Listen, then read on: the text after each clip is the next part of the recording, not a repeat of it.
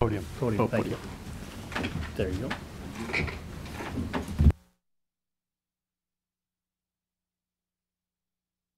Shall we pray?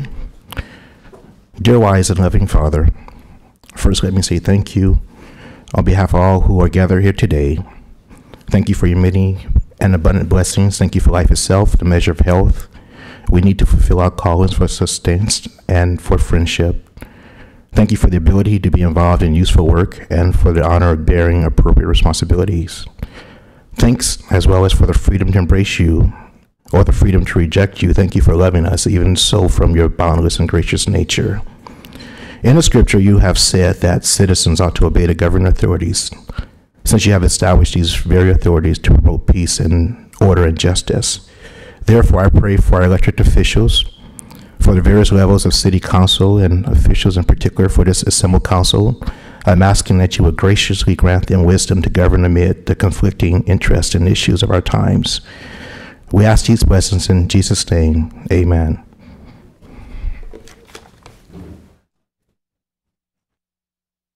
Roll call, please.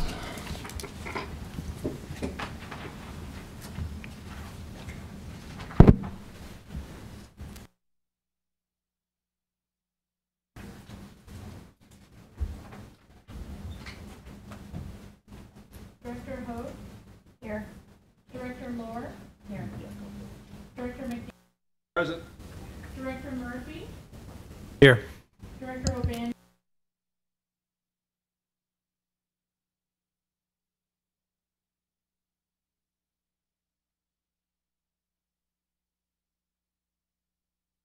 Here.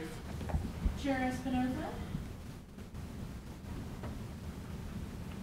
No, he's not here. Oh, I'm sorry. That's everyone. Okay. Item for approval of the agenda. Were there any corrections or changes? So moved. It's been moved and seconded. Is there any further discussion? Seeing none, proceed to vote. All in favor, please say aye. Aye. All opposed, same sign. Motion passes. Item number 5, public comment.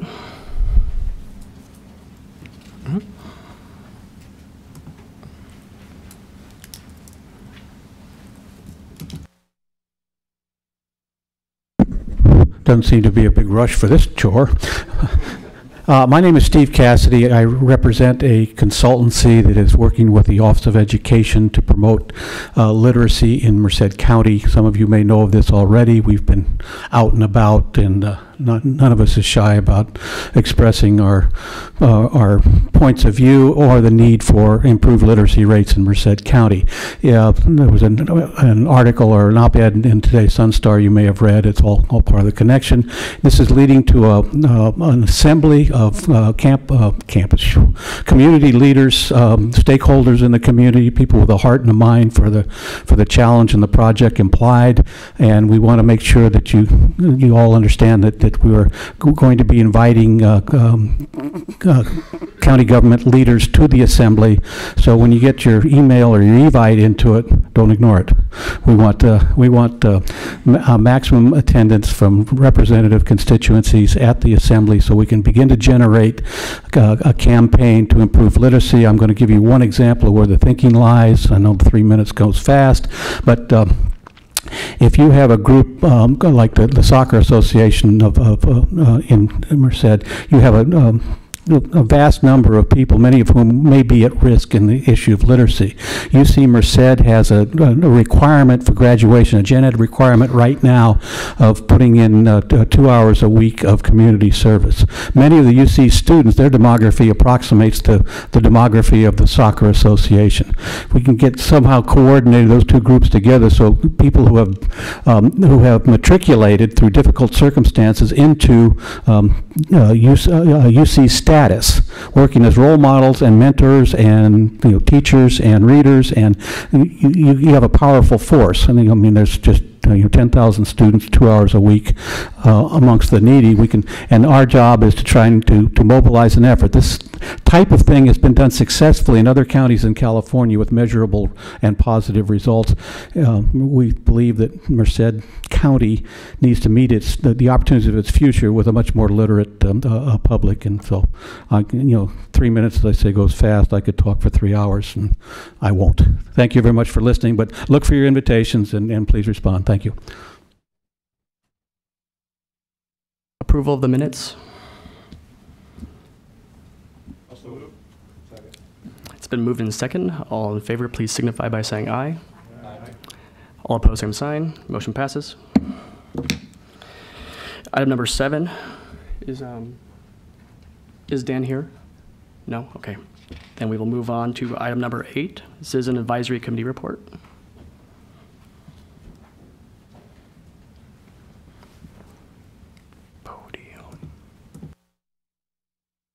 There were 2 items that was discussed by the Citizens Advisory Committee. The first one was the State Transit Assistance FY 2017-18 claim for Q2 allocations. That motion was unanimously carried.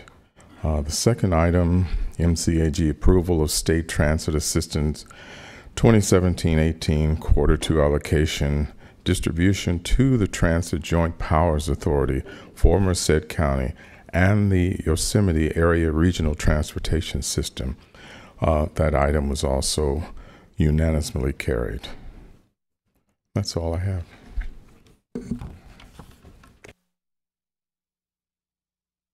Caltrans report.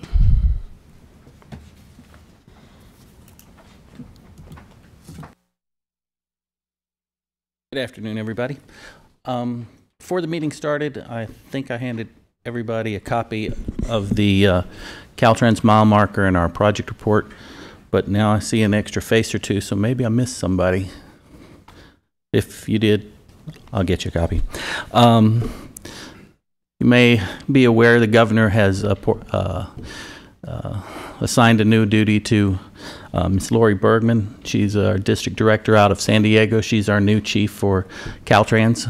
She's the new director of Caltrans. She's the first woman I think we've ever had, and it's a pretty monumental task. She's in charge of over 20,000 people and a budget of about $6 billion. So for a CEO, that's a pretty awesome task. On the report for project status, I just would like to note we had one project that came in about 10 months early. It was for the 152 slab replacement. They actually finished that job nearly 10 months in advance of what they thought. Thank goodness for good weather, but unfortunately it was sad that we had that good of weather. We were able to not winterize it and pour concrete in the middle of the winter, but it's still set up, so we're doing pretty good. Other than that, if you have any questions on the report, please let me know. I'll be glad to address those. And the mile markers for your leisurely reading. There's some pretty interesting stories. We've got some really cool and innovative safety equipment now that Caltrans is rolling out, from halo hats around the safety hats for the workers to what they call a spider. It's basically a cherry picker that has legs that can lift somebody up 84 feet, but the way the legs are situated, it can pretty much do it on any terrain. It's pretty cool. But other than that, any questions, comments, problems, complaints?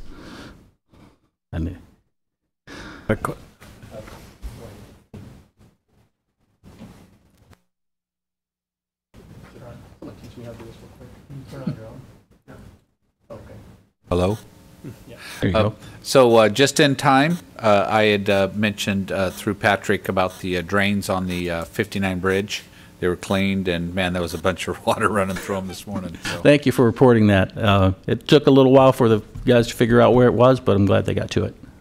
Thank you. Just in terms of the restriping on Highway 99, I see under the coming soon area here on your report that it's from the Madera County line to Mission Avenue, which is Merced. And then it looks like it skips Merced, and then it starts again at the Atwater Merced Expressway up to Bradbury Road, which is Stanislaus County. Is there a plan to do the same thing in Merced, or what's? I'm sure there is. Right now, they've got those areas lined up because the new striping is going to be different width and everything. Right, 6 inches, right? Yeah. But I'm sure they'll get to it, but I couldn't pull that off the top of my head on exactly when. But I can check on it and get back to you. Okay, thanks. You're welcome. Thank you.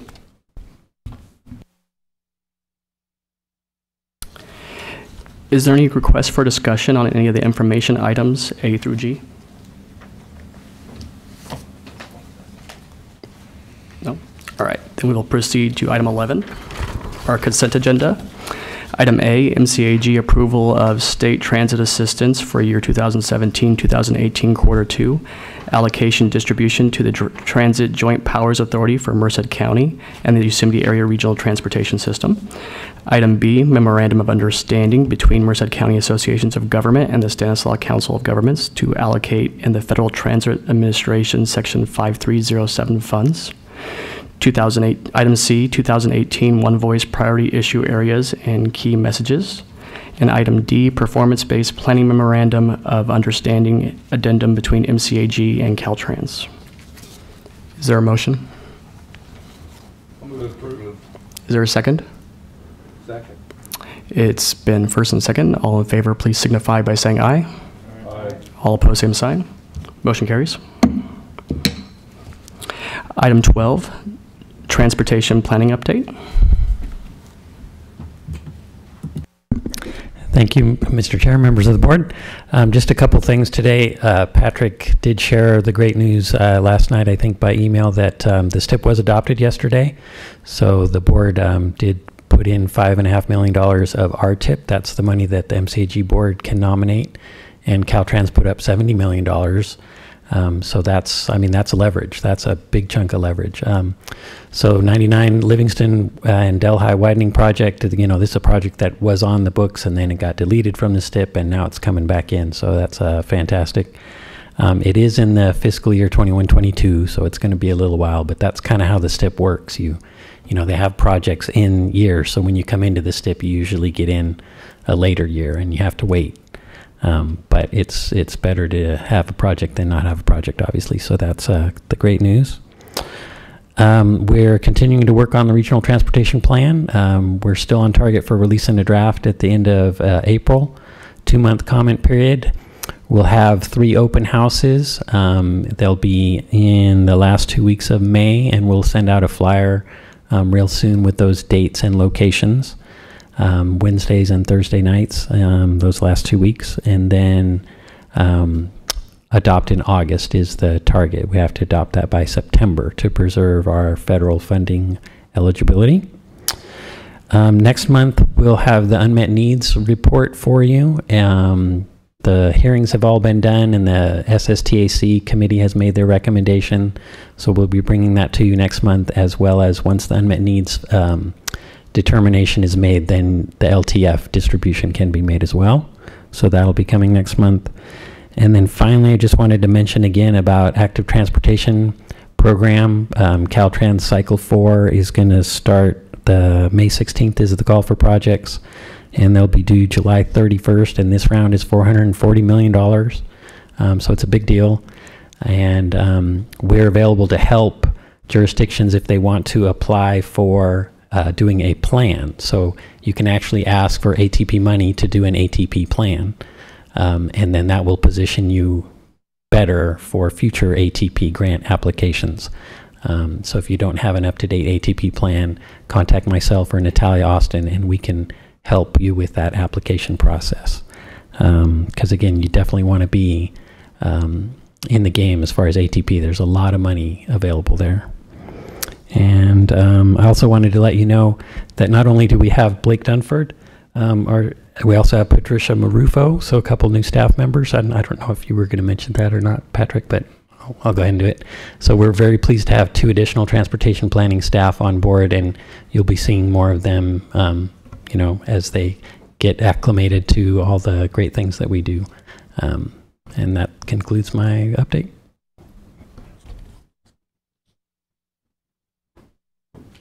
Measure V implementation update.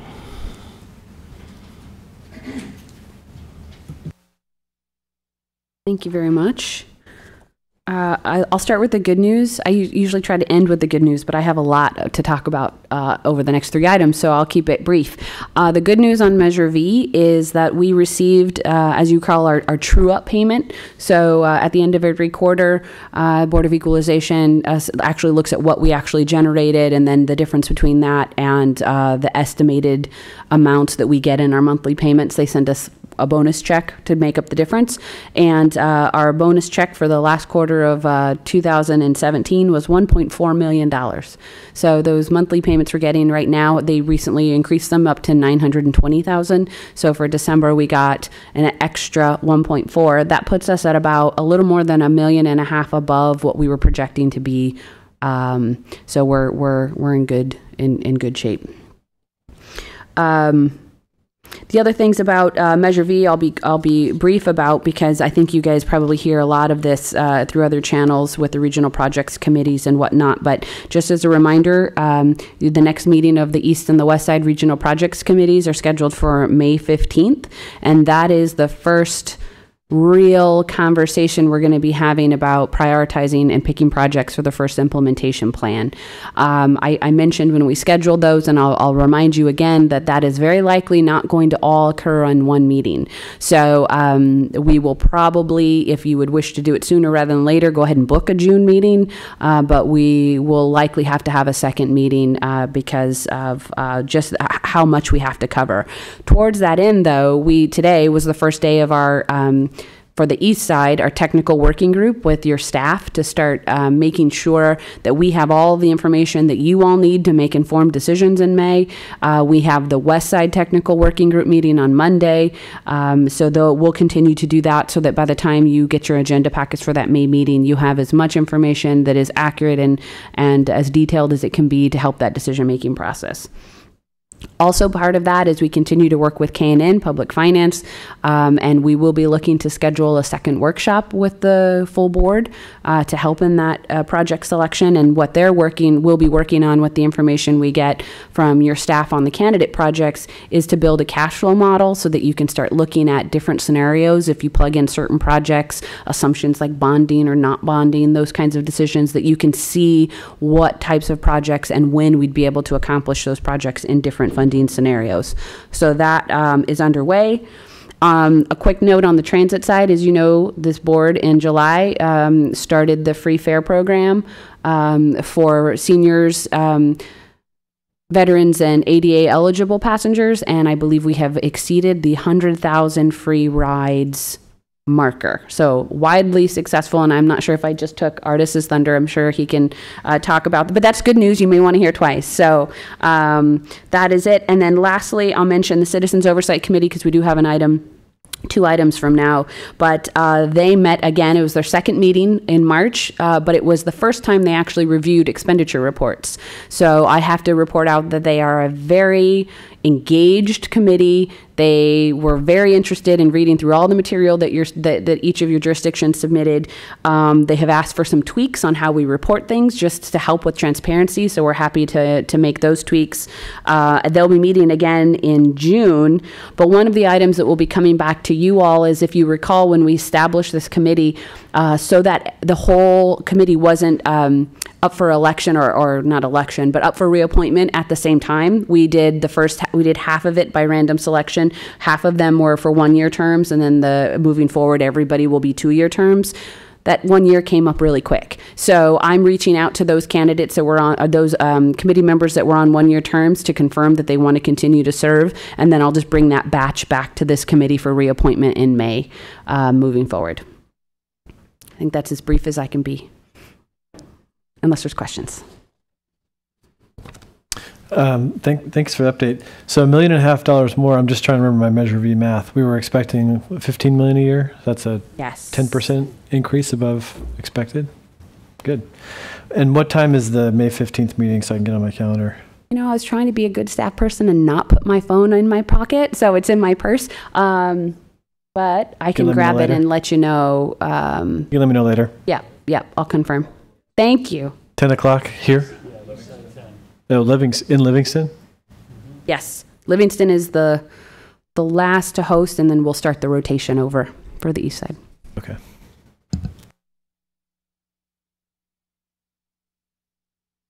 Item 14, Measure V, maintenance of effort requirements and documentation. Thank you. This is information item, and as you recall, there was language in the expenditure plan and actually in state law that requires that this measure money that is generated through Measure V does not supplant what you at the local level were dedicating through your general fund to transportation purposes. So this, the measure revenue needs to be above what you were already committing out of your general fund for transportation, if you were at all. So this document, this memo documents what that process will be for each of the jurisdictions to make sure that you're complying with that maintenance of effort requirement or the rule. So basically it says that you have to provide your general fund expenditures for transportation in the fiscal years that were outlined in the expenditure plan, 13, 14, 14, 15, 15, 16. Gets a little technical. We determine your baseline on that average, and then basically we'll work with your staff that every year you'll submit your budget at the beginning of the budget year and then at the end of the year to certify that you actually maintain that expenditure level. The good news is that if your general fund expenditure for those 3 years was 0 for transportation, you're done. We document that one time because that baseline is set for the course of the measure. So whatever that average is for those 3 years, you're committed to for the 30-year life of the measure. It cannot go up or down. And we're doing some one-on-one meetings with every jurisdiction staff starting next week to help make sure that they understand what the paperwork looks like and how we need to do that. But I wanted to share the process so you all were familiar.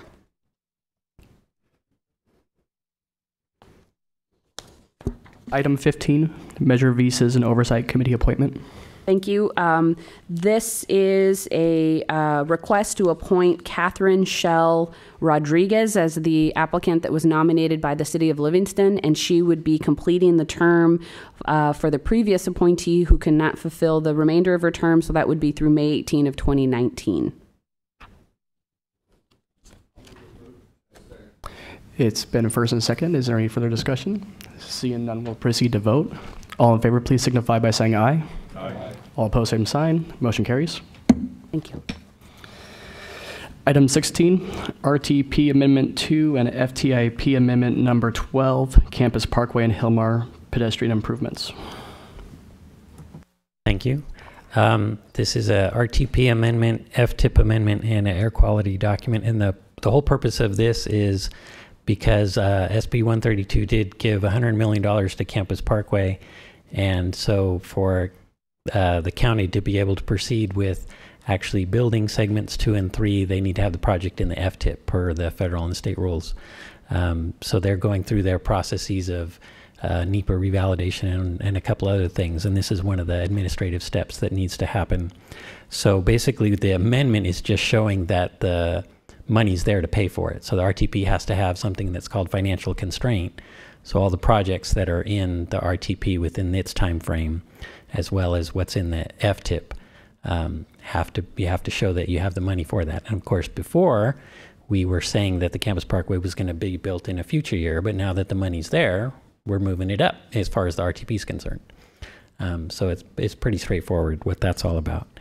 The FTIP is that, plus we're also making an adjustment to a Hillmar pedestrian project. The county has broken down that funding by phase and year, and so that also needs to be reflected in the FTIP because the FTIP's a program by year. So basically this action is just to amend the RTP, the FTIP, approve the conformity document so that we can send it up to the feds, and once they approve it, then the county can go out to bid. If you have any questions, I'd be happy to answer those. Are there any questions? Is there a motion? I'll move to approve. Second. It's been first and second. All in favor, please signify by saying aye. Aye. All opposed, same sign. Motion carries. Item 17, overview of the 2019 Federal Transportation Improvement Program. Thank you. This is just information to let you know that I mentioned earlier we're preparing the new regional transportation plan, and Ty will also be preparing the new Federal Transportation Improvement Program. And that is a programming document. It's a 4-year time frame, and it shows basically all the projects that have federal funding. So in order to access your federal funding, your project has to be in the FTIP. So all the federal programs, the CMAQ and the FTA, the bus money, and all those things have to be shown in the FTIP. And there's a number of funding sources that are combinations of federal and state fund, and those also have to be in the FTIP. So it's almost everything. And so Ty put in here the schedule, and basically it's on a similar schedule to the RTP with adoption in August. And, you know, it's a 4-year program. And then one other thing of note is that we'll be looking at doing the next CMAQ call for projects coming up this fall. And that's, again, those after we do that call for projects and program those additional years, then that will also come into the FTIP. So if you have any questions on the FTIP process, I could answer those for you.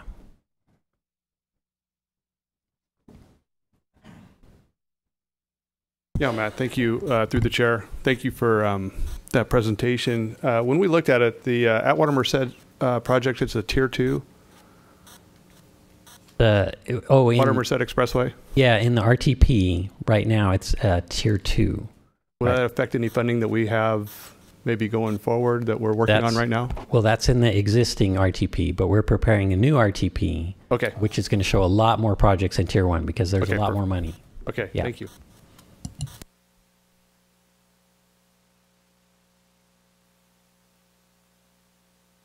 Item 18, RTIF options.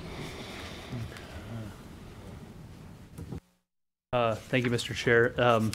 So 2 months ago, I was before you discussing options with the RTIF, and some of the materials presented to you is similar to that. At that meeting, you said we'd come back with this item in March, and there is some additional information, new developments since last we discussed.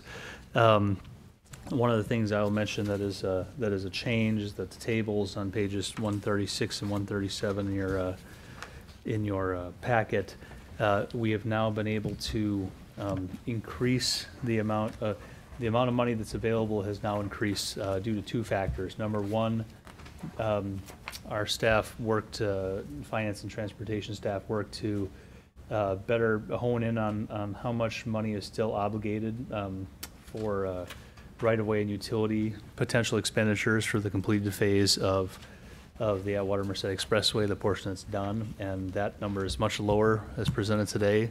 And additionally, because some time has passed, there was additional contribution of fees collected. I believe it was primarily the county contribution. Nav, please nod, right? And the result of that is that the amount of money that is available to be distributed has increased. So the potential distribution, as previously discussed, based on prorated on how much was contributed, has indeed changed here. And I will note that we covered this yesterday at the TRB, and Stephen Martinez from Caltrans actually noted that Caltrans is now, he said, you know, relatively to quote, that there'll be a check in the mail shortly. Thank you for nodding as well, for a refund of a portion of the funds that were previously dedicated RTIF funds for the Los Banos bypass. So we've been working with Caltrans on that. I didn't get an exact dollar figure, but we appreciate Caltrans. So if you know, please tell me. But if I would love to, the email just skip that part and just said a check's coming. So we'll see what I can do tomorrow. Well, we'll appreciate the information, but we appreciate the progress being made, and that you're moving forward with returning unspent funds. So we appreciate that. And then the other thing that I'll highlight that has transpired is that several of the jurisdictions have acted as included in your document. The city of Merced, the cities of Merced and Los Banos both acted. Merced County did as well. And I will note that in addition to the actions that were taken by Merced County has also now, like several other jurisdictions, has now stopped collecting the RTIF funds as well for any new development. Beyond that, I have heard from the city manager of Livingston about intentions to agendize the item. City manager of Gustine shared that with me as well yesterday. I know the city of Dos Palos I've been in communication with the city manager. I don't know about agenda scheduling, but I know they have, what? Last Monday. Oh, he did do it. Okay. Okay. Yeah, I haven't heard the results yet, but I have previously been in communication with, I know he was talking to the county as well, and I'm not sure where Atwater is at the moment as far as acting. But progress has definitely been made since last we met. So we don't have action by all the jurisdictions yet for the, that would potentially allow other action here. The only action that I put on the agenda was, possible direction to us as staff. And I will just point out one other thought that I had that had occurred to me that I shared with the chairman actually last week, and I'll share with you as well. And that is that available to this board, of course, is the our options for what to do with the funds we've already discussed. And I just want to remind that there's also another funding source. Actually, Matt presented a couple of months ago, called the Local Partnership Program, which is a new funding program that MCAG gets. $600,000 this year and next. Some jurisdictions have already started to select projects. That funding is also at the disposition of this board, and Matt and his staff are looking at different alternatives for how to potentially utilize those funds. And my only suggestion is that as this board moves forward, working with the jurisdictions and considering different options and restrictions that go along with different funding sources. Because there are these other funds available as well that are really quite flexible in how they're used.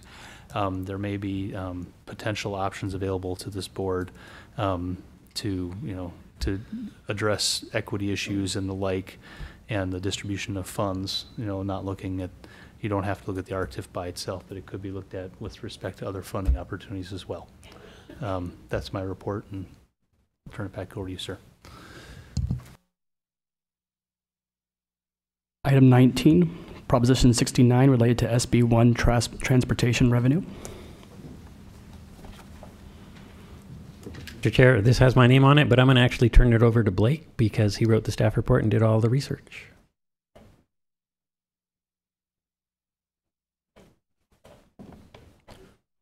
Thank you, Mr. Chair, members of the board. Proposition 69, or ACA 5, is a new constitutional amendment proposed for the June ballot. Currently, SB1 protects about 60% of all revenue generated. This would lock down the additional revenue and protect it for only use in transportation or mass transit projects. It would prevent the state legislature from diverting any of the funds generated from gas, diesel taxes, or vehicle registration into either the general fund, bond repayment, or state mega projects. So this movement will require a simple majority to pass, and today staff is asking you to adopt this resolution of support. Are there any questions?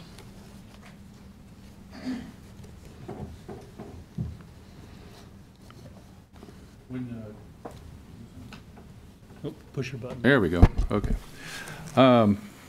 Blake, when what it says here with respect to, let me see where it is here, purposes of transportation planning and public transportation projects. Can you be specific on that? Just what is this road projects, strictly to road projects, or are we looking at high-speed rail and anything else that could fall into this? It can be used for road projects, intercity rail, transit, as in any bus or light rail services, active transportation, but it cannot be used as the law stands now for high-speed rail. As the law stands now? As the law stands now. Okay. Okay, thanks. Any further discussion?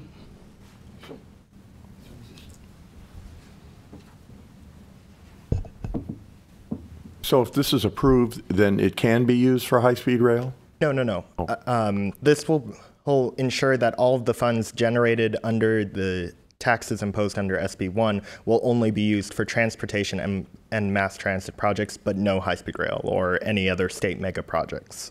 Okay. And this is totally separate from the ballot measures to either repeal SB1? Yes, this is separate. This is separate. And so this only deals with making sure that the funds themselves stay where they were supposed to be used? Yes. And it will not be used for high-speed rail? As the law stands now. Yes. And voting for this, I'm just trying to understand. I'm just a little confused. So when SB1 passed and the taxes were started to be generated, only about 60% of that revenue was actually protected from being diverted into other funds. This proposition will make sure that all of the funds generated from SB1 can only be used for transportation projects. They can't be used to, say, repay a state bond or to fill the deficit in the general bond. And they can't be used for high-speed rail then? As of right now. And if you vote for this, they can't be used for it either? Correct. Okay. You're absolutely sure? Yes. Okay. Thank you. Yeah. That's all right. The reason he's saying that is because this is a constitutional amendment. So if there's a constitutional amendment in the future that says funds could be spent differently, then they could be spent differently. That's all that is. This locks it down.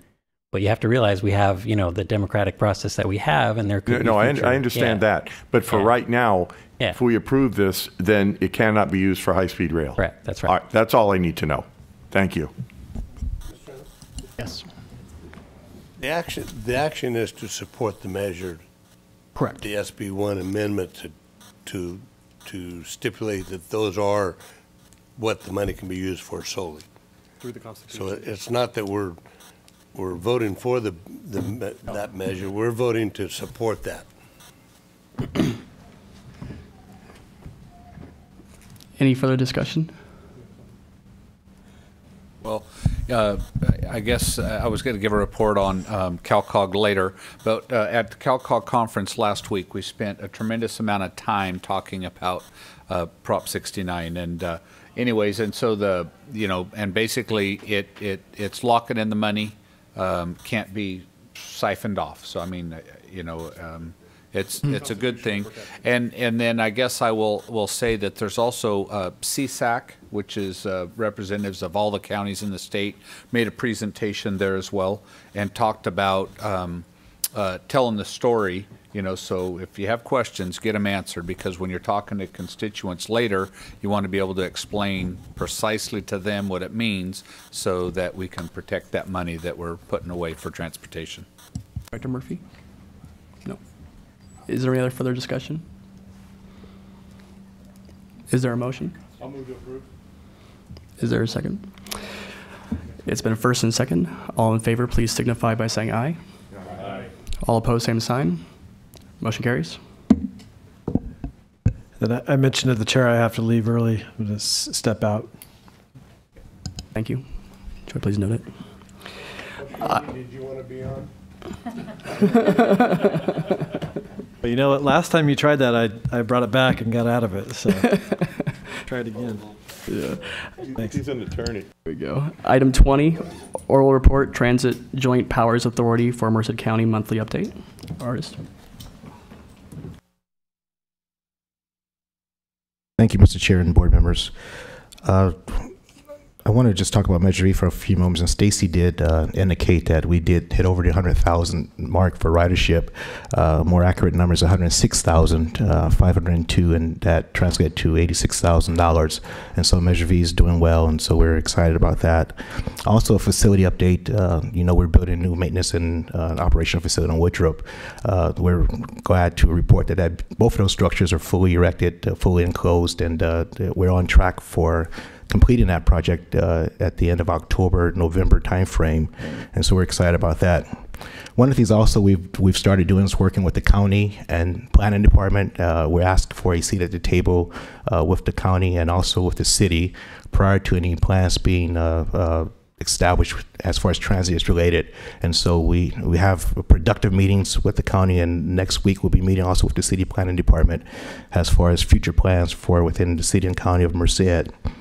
We also had a meeting scheduled with Karen Roth, the director from the UC Merced, about future plans for transportation as far as the university is concerned.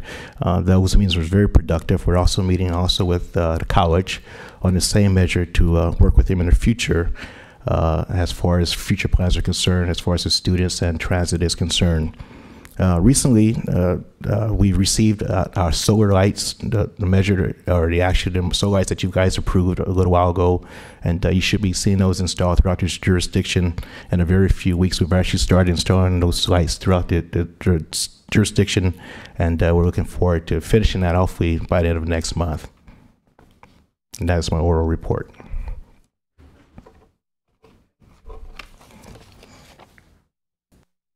Item 21, State Transit Assistance Fiscal Year 2017-2018 Claim for Quarter 2 Allocation. Mr. Chair, members of the board, this is the Transit Joint Powers Authority submitting a claim for the STA funds to the MCAG board in the amount of $456,000. If you had any questions, I could answer those. Any discussion? Motion? I'll move to approve. Is there a second? All in favor, please signify by saying aye. Aye. All opposed, same sign. Motion carries. Item 22, Planning and Scheduling Software Extended Contract.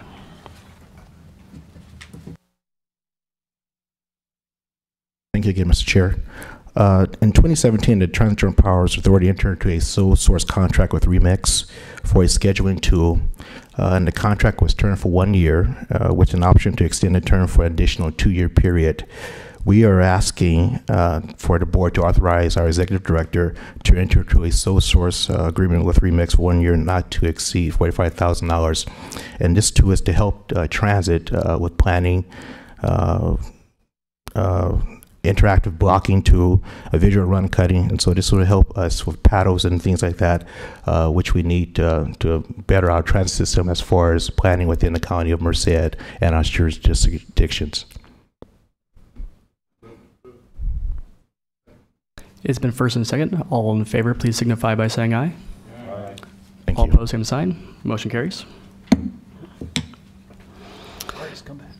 Item 23, Low Carbon Transit Operations Program Allocation Request.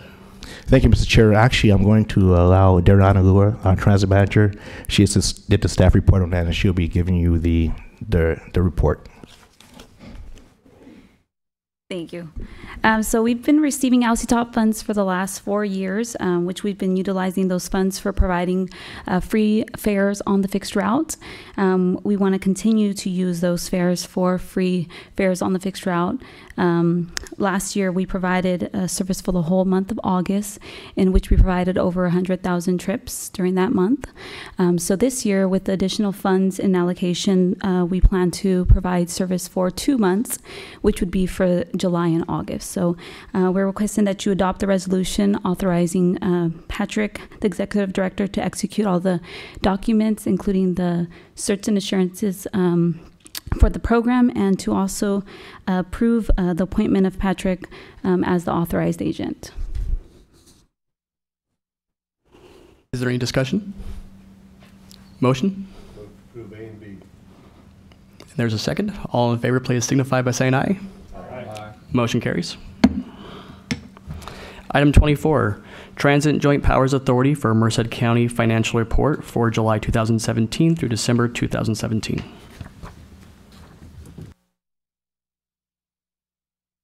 Thank you, board. Thank you, chair. So one of the goals that we set, we have many goals, but one of the goals is to be transparent in our financial reporting. Patrick and I sat down, and what we did was we laid out our revenues and expenditures. And one of the things we did was we laid out how our funding comes to us: federal funding, state funding, and local funding. So you can look on there and you can see what fundings are federal, what fundings are state, and what are our local fundings. And if you go to our expenditures, our big expenditures item is our professional services, and we actually broke that down by whatever our costs are: staff, contractors, marketing, and etc.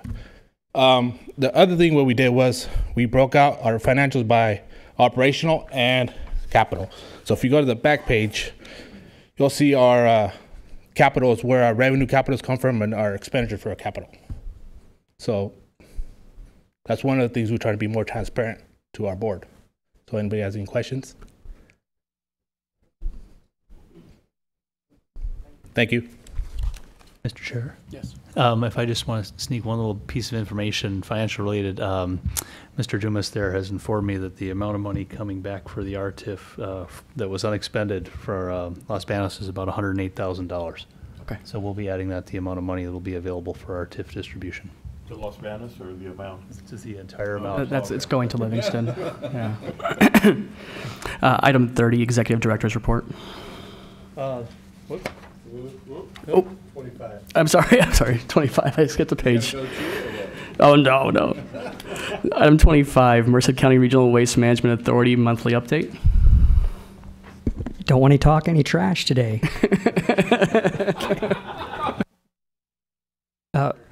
Marty just came from the landfill. The Highway 59 is totally blocked. It was coming down at almost 9 inches an hour at the landfill, and we have a weather station, so we knew.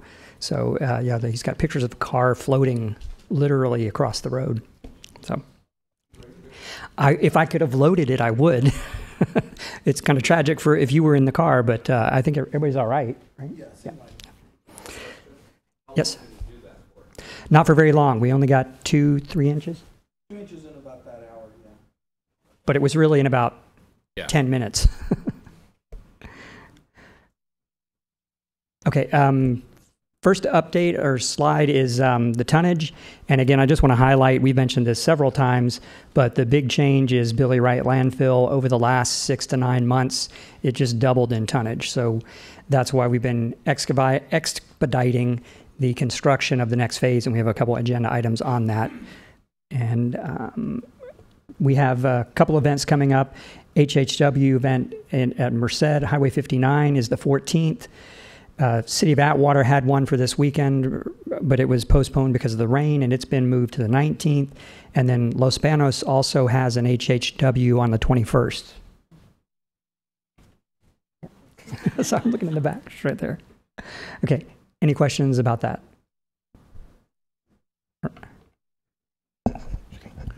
How are we going to do advertisements?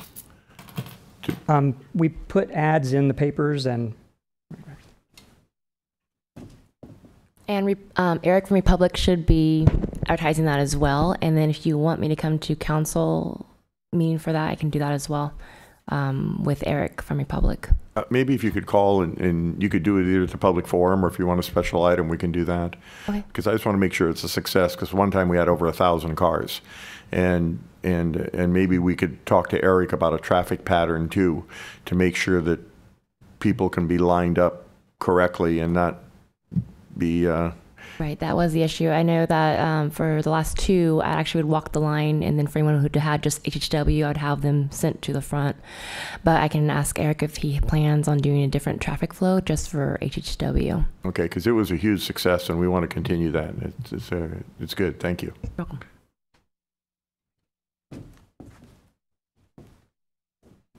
Okay, that's it for updates.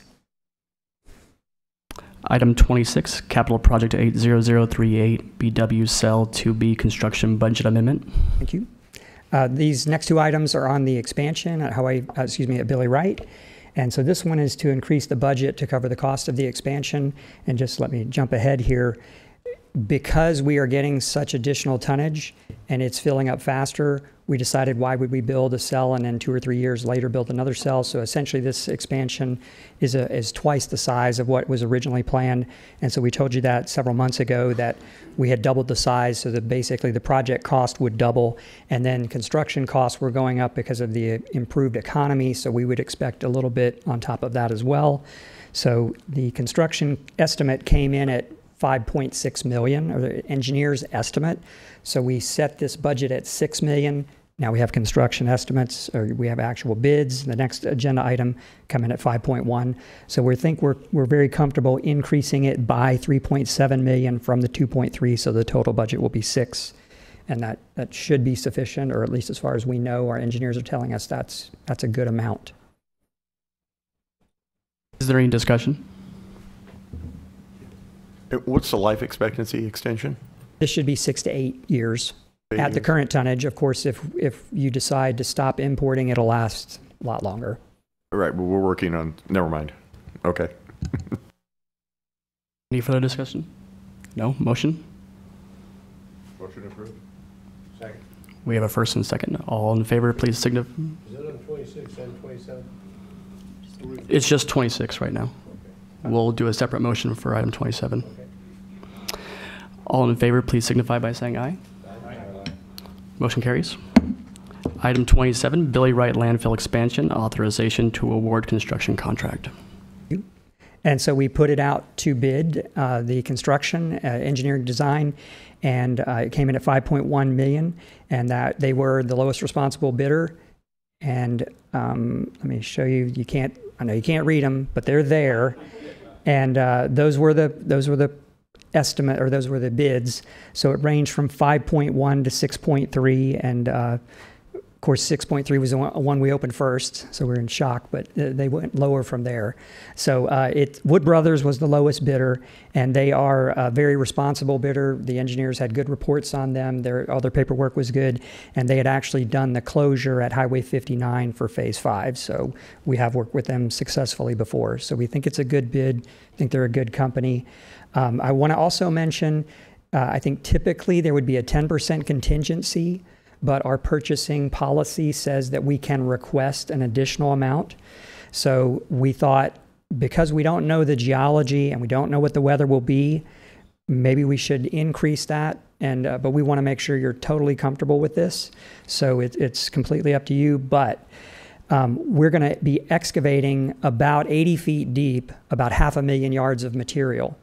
And so on the site, there's been some selective borings, so we kind of anticipate what the material will be like, but you really don't know until you actually start excavating that material exactly what the quality will be. And then what will happen is the clay material, the denser material, will be segregated from the sand, and then that will be brought back in place, and that would be the structural fill that the actual liner of the landfill sits on. So depending on how much screening and how much moving has to be done, that affects the price. Now, of course, that's what we anticipate is in the 5.1 million. But should there be weather delays, should the groundwater table change related to that, or should the soil quality be different than what we estimate, that's the contingency. So again, we hope that none of that happens, and we're very frugal, but this is just a 5% flex for us to be able to go through the engineering firm and through Patrick to increase it by 5%. But again, we want to make sure you're comfortable with that.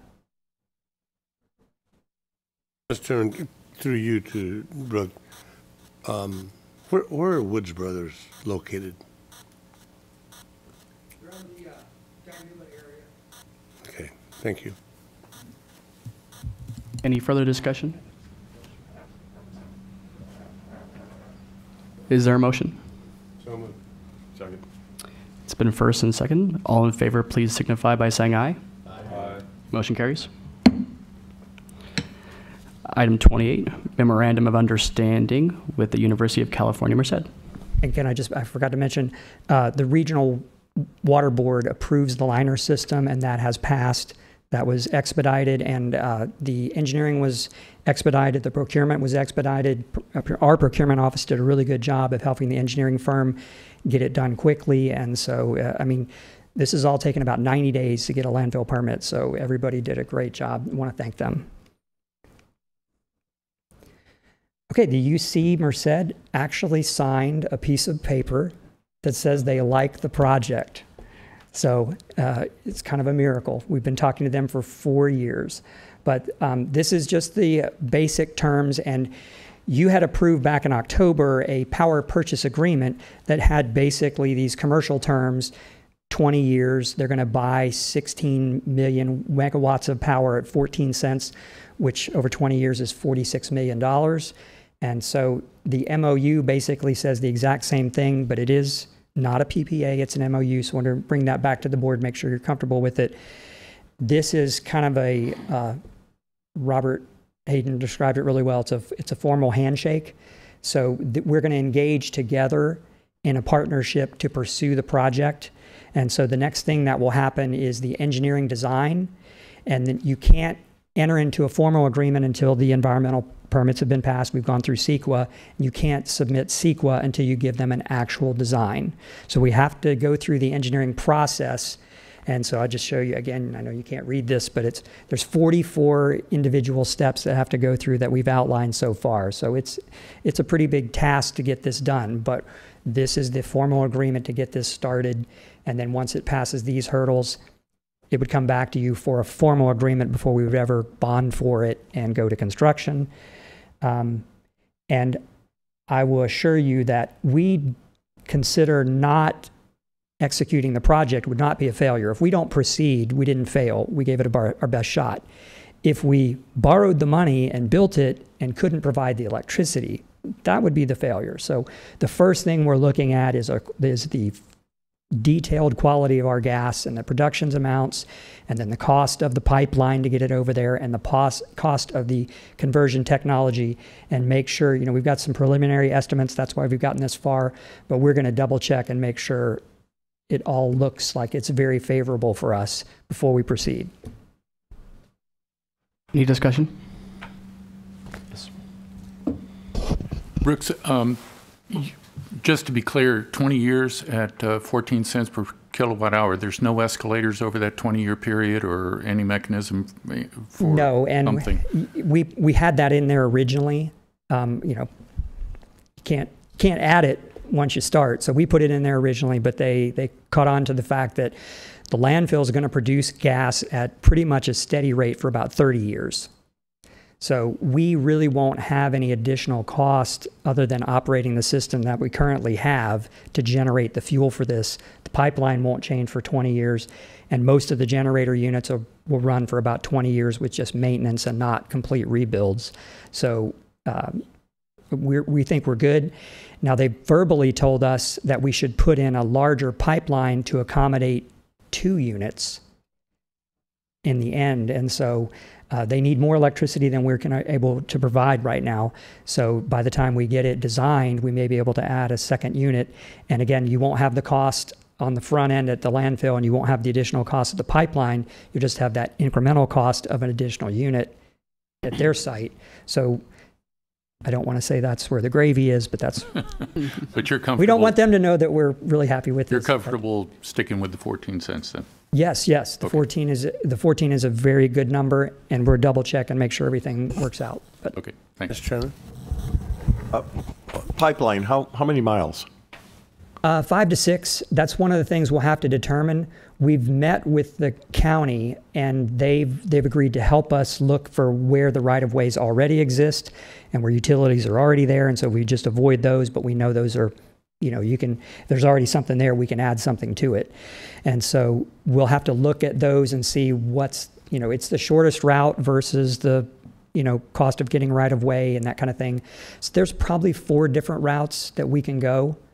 And so we've already sent that to the county to ask them help us define what's already an easement or right-of-way. Mr. Chairman,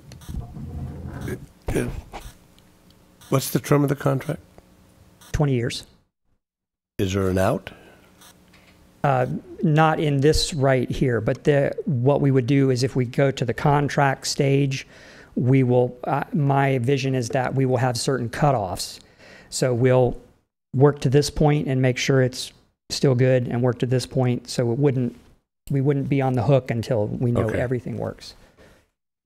Well, and that's one thing I was going to suggest is that if for some, I mean, I don't care if it's 2 or 3 years, that's a lot shorter than 20 years as far as on if you wanted it for some reason because the cost escalated or you didn't anticipate something, some kind of an out with a period on it that you can come back and either amend it or dissolve it. One or the other. That's one thing I was suggesting. And if I may, that's we're looking for the fatal flaws just like we are on the Billy Wright purchase. We want to make sure that we can do it before we proceed. Thank you. Yeah, I just wanted to comment that at the San Joaquin Valley Partnership meeting last week on Friday, UC Merced announced the collaboration with MCAG in this project. And she seemed very pleased that it finally came to fruition. Excellent. Yeah, it you know, it really looks like a good partnership. Any further discussion? Move to approve. Is there a second? All in favor, please signify by saying aye. Aye. Motion carries. Item 29, Merced County Regional Waste Management Authority Fiscal Report for July 2017 through December 2017.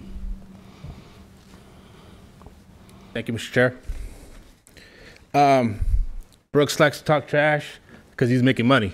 You know, he made almost 84% of his total revenue, less than half the budget year. He made about $9.1 million. Brooks and his staff are doing a really good job keeping the expenses down. As of today, Billy Wright has accumulated about $2.4 million of the total revenue, so which is good. Like I said, they're doing really good on their revenues and keeping the expenses down. So what the goal is to have that excess revenue port towards future capital projects, so we don't have to go out and bond or get loans for projects. Any questions? Thank you. Item 30, Executive Director's Report. I only have 2 items, Mr. Chair. One of them is I want to thank Stacy and Eva for their hard work on the One Voice program that's coming together. The trip is the first week of May. And, you know, Eva particularly has been the one reminding everybody. She let me send out one reminder this week, too. So I ask everybody here to make sure that everybody from each of your jurisdictions are moving in the right direction for the One Voice trip. And I want to thank Nav and, you know, his staff. Other key staff members aren't here, but every indication from Caltrans is that it's the approval of our ICAP it looks to be imminent. And I've talked about the ICAP before. I'm going to keep talking about it until it's solved, because that truly has been the #1 priority for the organization, and has been the because of the history there, been the biggest existential threat to the agency. And the fact that they've made such good progress and hopefully will be approved at any moment. He's waiting with a bat phone there to hear about it. That we're very eager that we're on the precipice. Director's reports. Director Oliver. Yeah, I just want to wish everybody a very happy Easter. And the Gustine will be having got to be about 50 years in a row of a Easter egg hunt. 4,000 Easter eggs will be distributed at Schmidt Park, and it will be over inside of 10 minutes. When the kids are released, it's like a huge vacuum cleaner. So enjoy Easter. 1 egg for every resident, 30 seconds. Director Hogue. I attended CalCog with several other directors this last week, and it was a great experience. I recommend all the directors consider that convention in the future. A lot of good thoughts when it comes to regional planning and how we need to move forward as associations of governments. And then this Sunday we have Nagakirtan in Livingston. It's a great event where you can learn about the Sikh culture. The Sikh culture is very prominent in Livingston, and it's a wonderful event, free food, and we invite everyone to come out and learn about your neighbors. Director Moore. Thank you. I too attended the CalCog. Thank you, staff, for making all the arrangements. Definitely a great conference, my first time going. Great discussion around the SB1 and transportation. Really got me thinking about the next 5, 10, 15, 20 years. So thank you. I also attended CalCog, and just kind of want to reiterate, you know, this Proposition 69. If you decide, you know, that you want to support it, which would be great. It definitely helps Merced County Association of Governments and our transportation. But more, not more importantly, but in addition to that, you know, there's a ballot measure that's gathering signatures to repeal SB1. And if that happens, it's going to set back our transportation planning and implementation here in Merced County considerably. And although I would assume most people in this room aren't really for paying more taxes, we do need better roads, and it's really the only method that we have. And so, anyways, if you decide that you'd like to get involved in opposing the repeal of SB1, there's a lot of areas. If you get in contact with me, I'll put you in touch with some people that have kind of put together messaging and education, right? Because, yeah. we want to educate and not advocate, right, as elected. So anyways, thank you. Thank you, Mr. Chair. I also attended CalCog. As everybody stated, it was very informational in what is going on at the state level. I can say that I'm very comfortable sitting on this COG, because if you look at some of these other COGs with, what was there, 32 members, and some of them were even bigger than that, and some of the problems that they have makes ours very minor in what we're trying to do here. So that's all I have. Thank you, Chair. Mr. Chair, if I can just reiterate something. Last weekend, one of our council members went to the rodeo in Fresno, and they had a table set up, that big sign on it to don't let pedophiles in your neighborhood and all that, sign the petition. And we went over to check on it. Around the corner of the table, and a real little sign was repeal SB1. And that's what the signatures were going for. It had nothing to do with pedophilia. And I think he reported that to Stephen and with the League of Cities, but that's how they're trying to go to get their measure on the ballot. Wow. And he took pictures and he's forwarded them on to appropriate people. At this time, we'll be moving into closed session. We'll take a 2-minute break, and then we'll be moving into closed session. Good call.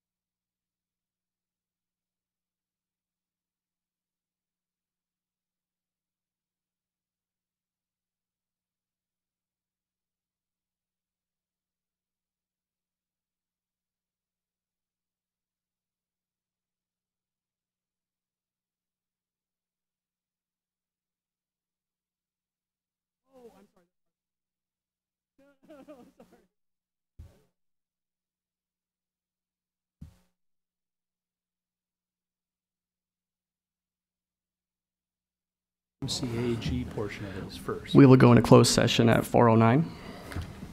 What? Yeah, I'll grab the doors on the way out. They're gonna, they can pull up the staff report on the thumb drive. What? Yeah. And Nash gonna grab that. Yes. Are they taking? Oh, yeah, we need to check on that. There's supposed to be a way for us to turn. I'm not sure how to turn it off. And you might come back.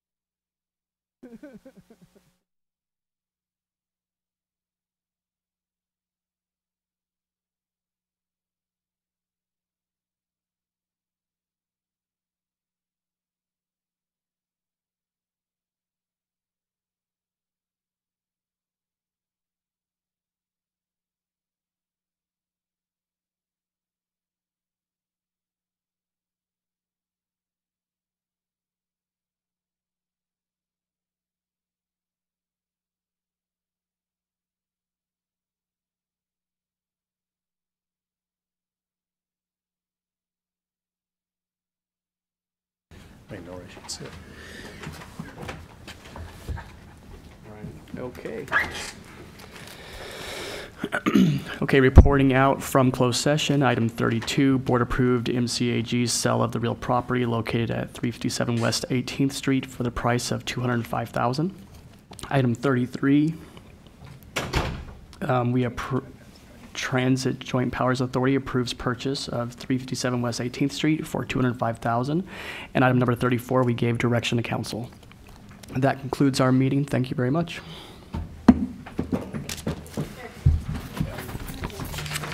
Oh, that was fast, Alex. Good job, Alex. You got to practice. FFA, baby.